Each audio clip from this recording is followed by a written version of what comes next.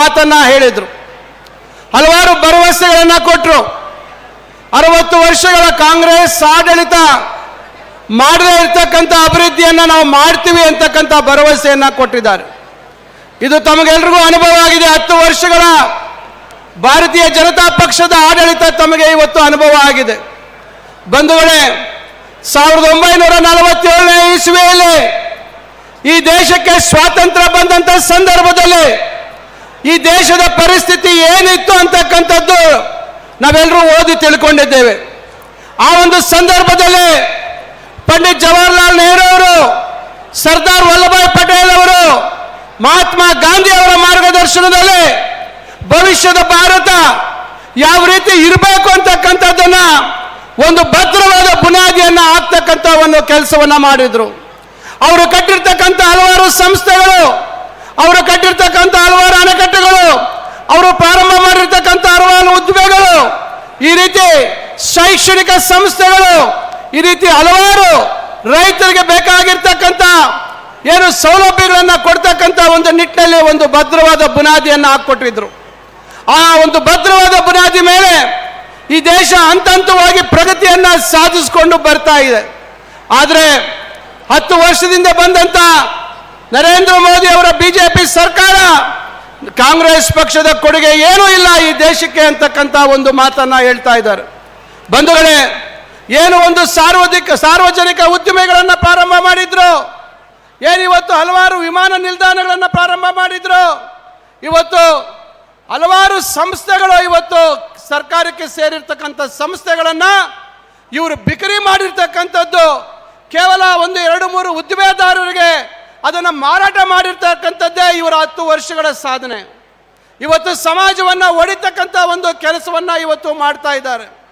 ತಮಗೆಲ್ರಿಗೂ ಗೊತ್ತಿದೆ, ಇವತ್ತು ರೈತರ ಬದುಕಿನಲ್ಲಿ ಯಾವ ರೀತಿ ಬದಲಾವಣೆ ತಂದಿದ್ದಾರೆ, ಆ ಬದಲಾವಣೆ ಆಗಿದೆಯಾ ಇಲ್ವಾ ಅಂತಕ್ಕಂಥದ್ದು ತಮಗೆಲ್ರಿಗೂ ಗೊತ್ತಿರ್ತಕ್ಕಂಥ ವಿಚಾರ.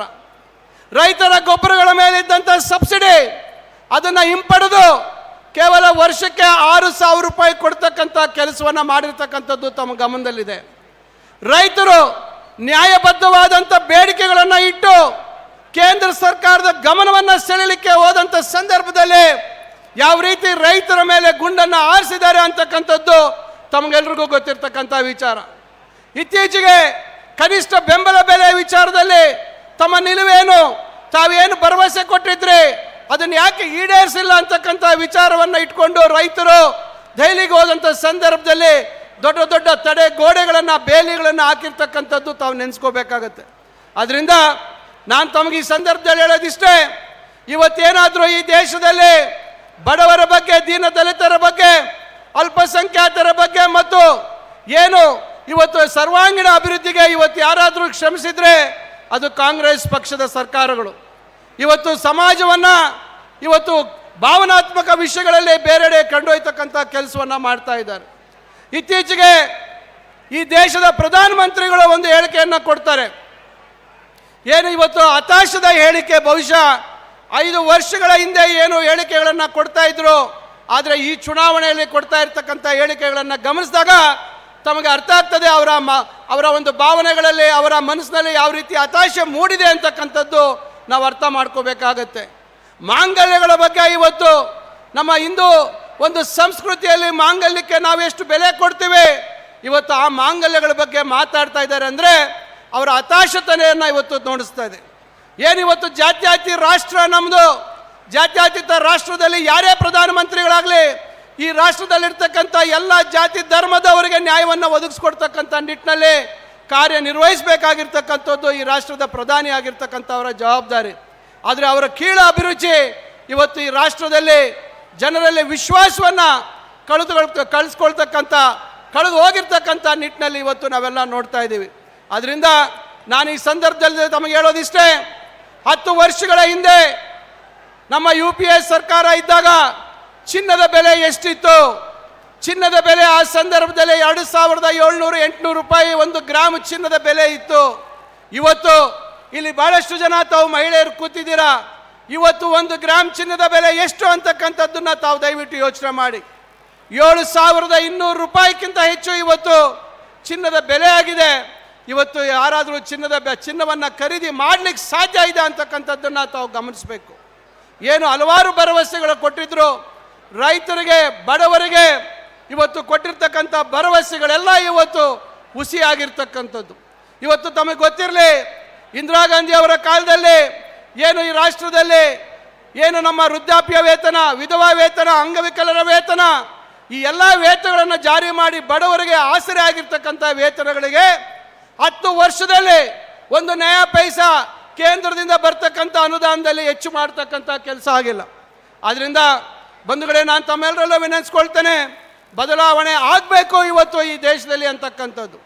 2004ನೇ ಇಸ್ವಿಯಲ್ಲಿ ಅಂದಿದ್ದಂಥ BJP ಸರ್ಕಾರ ಭಾರತ ಪ್ರಕಾಶಿಸುತ್ತಿದೆ ಅಂತಕ್ಕಂಥ ಹೇಳಿಕೆಯನ್ನು ಕೊಟ್ಟಿದ್ರು.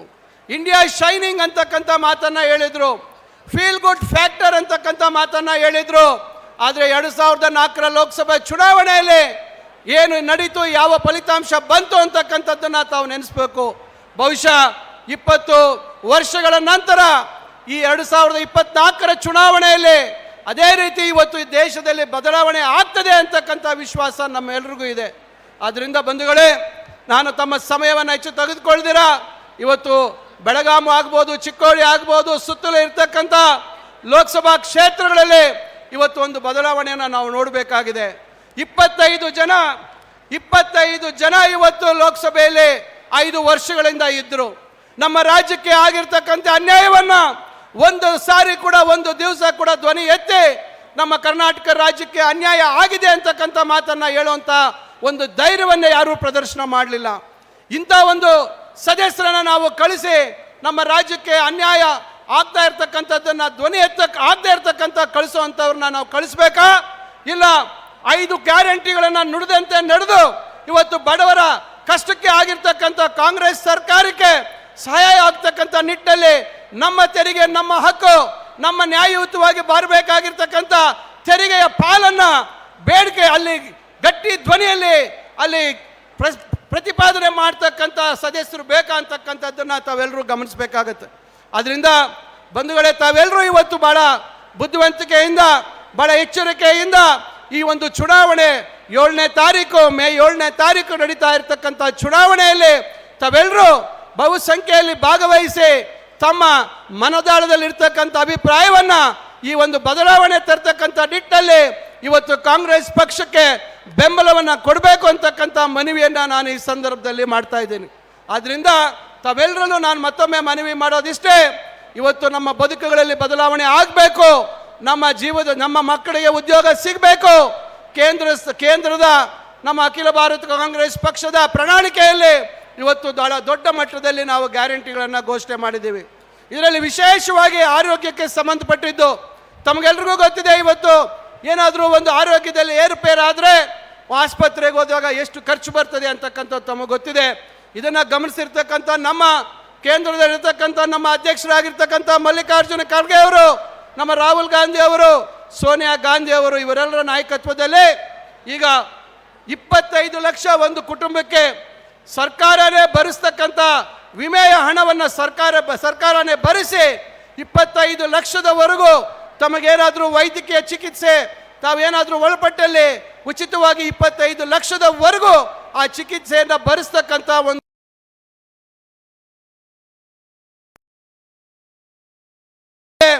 ಗೃಹಲಕ್ಷ್ಮಿ ಯೋಜನೆಯಲ್ಲಿ ಈಗಾಗಲೇ ತಮಗೆ 2,000 ರೂಪಾಯಿ ಬರ್ತಾ ಇದೆ. ಅದೇ ರೀತಿ ಕೇಂದ್ರದಲ್ಲಿ ಮಹಾಲಕ್ಷ್ಮಿ ಅಂತಕ್ಕಂಥ ಯೋಜನೆ, ಮಹಾಲಕ್ಷ್ಮಿ ಯೋಜನೆಯಲ್ಲಿ 1 ಲಕ್ಷ ಪ್ರತಿ ತಿಂಗಳಿಗೂ 8,500 ರೂಪಾಯಿ ತಮ್ಮ ಖಾತೆಗೆ ಬರ್ತಕ್ಕಂಥದ್ದು. ಇವತ್ತು ಯುವಕರಿಗೆ ಉದ್ಯೋಗ ಲಭ್ಯತೆಗೆ ಬೇಕಾಗಿರ್ತಕ್ಕಂಥ ಪ್ರೋತ್ಸಾಹ ನೀಡ್ತಕ್ಕಂಥ, ಕೌಶಲ್ಯಕ್ಕೆ ಹೆಚ್ಚು ಒತ್ತು ನೀಡ್ತಕ್ಕಂಥ ನಿಟ್ಟಿನಲ್ಲಿ ಅಪ್ರೆಂಟಿಸ್ಶಿಪ್ ಏನು ಸ್ಟೈಪೆಂಡ್ ಕೊಡ್ತಕ್ಕಂಥ ಒಂದು ಮಾದರಿಯಲ್ಲಿ 1 ಲಕ್ಷ ರೂಪಾಯಿ ಅವರಿಗೆ ಸಹಾಯವನ್ನು ಮಾಡ್ತಕ್ಕಂಥ ಒಂದು ಕೆಲಸ. ಇವತ್ತು ರೈತರಿಗೆ ಸ್ವಾಮಿನಾಥನ್ ಅವರ ವರದಿಯನ್ನು ಯಥಾವತ್ತು ಅನುಷ್ಠಾನ ಮಾಡ್ತಕ್ಕಂಥದ್ದು ಮತ್ತು ಕನಿಷ್ಠ ಬೆಂಬಲ ಕೊಡ್ತಕ್ಕಂಥದ್ದು ಮತ್ತು ಹಿಂದೆ UPA ಸರ್ಕಾರದಲ್ಲಿ ಮನಮೋಹನ್ ಸಿಂಗ್ ಅವರು ಪ್ರಧಾನಮಂತ್ರಿ ಆಗಿದ್ದಂಥ ಸಂದರ್ಭದಲ್ಲಿ ಏನು 72,000 ಕೋಟಿ ರೈತರ ಸಾಲ ಮನ್ನಾ ಮಾಡಿದ್ರು, ಇವತ್ತು ಅದೇ ರೀತಿ ರೈತರ ಸಾಲ ಮನ್ನಾ ಮಾಡ್ತೀವಿ ಅಂತಕ್ಕಂಥ ಘೋಷಣೆಯನ್ನು ಇವತ್ತು ಕಾಂಗ್ರೆಸ್ ಪಕ್ಷ ಮಾಡಿದೆ. ಆದ್ದರಿಂದ ಇವೆಲ್ಲ ಅನುಕೂಲಗಳು ಈ ದೇಶದಲ್ಲಿ ಆಗಬೇಕಾದ್ರೆ ಬದಲಾವಣೆ ಆಗಬೇಕು, ಅದು ಕರ್ನಾಟಕದಿಂದ ಪ್ರಾರಂಭ ಆಗಬೇಕು ಅಂತಕ್ಕಂಥ ಮಾತನ್ನು ನಾನು ಹೇಳಲಿಕ್ಕೆ ಬಯಸ್ತೇನೆ. ಈಗಾಗಲೇ ಮೊದಲನೇ ಹಂತದ ಚುನಾವಣೆ ಇದೇ ತಿಂಗಳು 26ನೇ ತಾರೀಕು ನಡೆದಿದೆ. ಬಹಳ ದೊಡ್ಡ ಮಟ್ಟದಲ್ಲಿ ಇವತ್ತು ಬದಲಾವಣೆ ಗಾಳಿ ಇವತ್ತು ಬೀಸ್ತಾ ಇದೆ.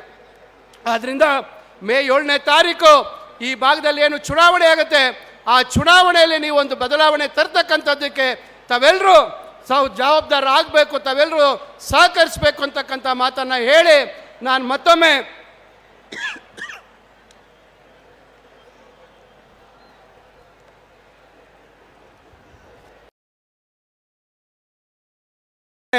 ಕಾಂಗ್ರೆಸ್ ಪಕ್ಷ ಈ ದೇಶದಲ್ಲಿ 60 ವರ್ಷಗಳಲ್ಲಿ ಯಾವುದೇ ಒಂದು ಜನರ ಒಂದು ಕಷ್ಟಕ್ಕೆ ನಾವು ತೊಂದರೆ ಮಾಡ್ತಕ್ಕಂಥ ನಿಟ್ಟಿನಲ್ಲಿ ಕಾರ್ಯನಿರ್ವಹಿಸಿಲ್ಲ. ಇವತ್ತು ಹೇಳ್ತಾ ಇದ್ದಾರೆ ಆಸ್ತಿ ಬಂದರೆ, ಕಾಂಗ್ರೆಸ್ ಪಕ್ಷ ಬಂದರೆ ಎಲ್ಲ ಆಸ್ತಿಗಳನ್ನು ಹಂಚಿಬಿಡ್ತಾರೆ ಅಂತಕ್ಕಂಥದ್ದು. 60 ವರ್ಷದಲ್ಲಿ ಮಾಡದೇ ಇರ್ತಕ್ಕಂಥದ್ದು ಇವತ್ತು ಕಾಂಗ್ರೆಸ್ ಪಕ್ಷ ಮಾಡ್ತದ ಅಂತಕ್ಕಂಥದ್ದನ್ನು ದಯವಿಟ್ಟು ಯೋಚನೆ ಮಾಡಿ. ಆದ್ದರಿಂದ ಇವತ್ತು ಏನು BJP ಅವರು ಹತಾಶರಾಗಿ ಇವತ್ತು ಭಾಳಷ್ಟು ಹೇಳಿಕೆಗಳನ್ನು ಕೊಡ್ತಾ ಇದ್ದಾರೆ. ಆದ್ದರಿಂದ ನಾನು ತಮ್ಮೆಲ್ಲರಲ್ಲೂ ಮತ್ತೊಮ್ಮೆ ವಿನಂತಿ ಮಾಡಿಕೊಳ್ತೇನೆ, ಈ ಒಂದು ವೇದಿಕೆ ಮುಖಾಂತರ ಗೋಕಾಕ್ನ ಈ ಒಂದು ವಿಧಾನಸಭಾ ಕ್ಷೇತ್ರದಿಂದ ಒಂದು ಸ್ಪಷ್ಟವಾದಂಥ ಸಂದೇಶ ಹೋಗಬೇಕು.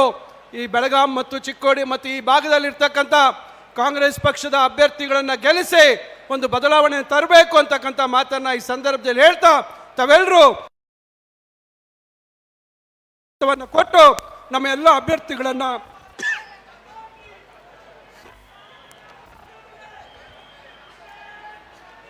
ಗೆಲ್ಲಿಸ್ಕೊಡ್ಬೇಕು ಅಂತ ಹೇಳಿ ತಮ್ಮೆಲ್ಲರಲ್ಲೂ ವಿನಯಪೂರ್ವಕವಾಗಿ ಪ್ರಾರ್ಥನೆ ಮಾಡ್ಕೊಳ್ತಾ ನಾನು ಮಾತು ಮುಗಿಸ್ತೇನೆ. ಜೈ ಹಿಂದ್, ಜೈ ಕಾಂಗ್ರೆಸ್.